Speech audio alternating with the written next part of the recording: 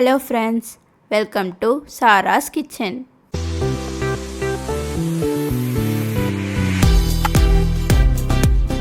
இன்னைக்கு நம்ம tasty and ஹெல்த்தியான ராகி முருங்கைக்கீரை அடை எப்படி பண்ணுறதுன்னு பார்க்கலாம் வாங்க.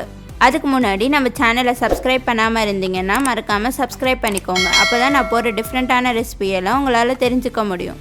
ஃபஸ்ட்டு ஒரு கிண்ணத்தில் 2 கப் ராகி மாவை ஆட் பண்ணிக்கோங்க. சின்னதாக கட் பண்ண 3 பெரிய வெங்காயம், 2 பச்சை மிளகாய், வாஷ் பண்ணி எடுத்து வச்ச முருங்கைக்கீரை, கொஞ்சம் கருவேப்பிலை, கொஞ்சம் கொத்தமல்லி, 1 ஸ்பூன் சீரகம், தேவையான அளவுக்கு உப்பு ஆட் பண்ணிவிட்டு கொஞ்சம் கொஞ்சமாக தண்ணி ஆட் பண்ணி நல்லா மிக்ஸ் பண்ணிக்கோங்க.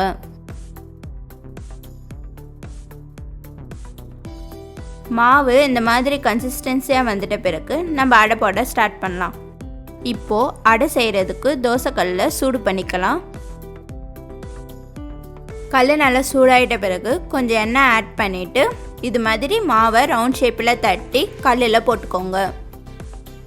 மாவை இது மாதிரி ரவுண்ட் ஷேப்பில் தட்டுறதுக்கு நம்ம இலை இல்லைன்னா ஈர துணி யூஸ் பண்ணிக்கலாம். மாவை சுற்றி கொஞ்சம் எண்ணெய் ஆட் பண்ணிவிட்டு ஒரு சைடு நல்லா வெந்துட்ட பிறகு இன்னொரு சைடு திருப்பி விடுங்க. 2 பக்கமும் நல்லா வெந்துட்ட பிறகு நீங்கள் எடுத்தீங்கன்னா சுவையான ராகி முருங்கைக்கீரை அடை ரெடி. இதில் நம்ம ராகி முருங்கைக்கீரைலாம் யூஸ் பண்ணுறதுனால ரொம்பவே ஹெல்த்தியான ஸ்நாக்ஸ். இதை நீங்கள் எப்போ வேணாலும் செஞ்சு சாப்பிடலாம். டேஸ்ட்டும் நல்லாயிருக்கும், உடம்புக்கும் ரொம்ப நல்லது.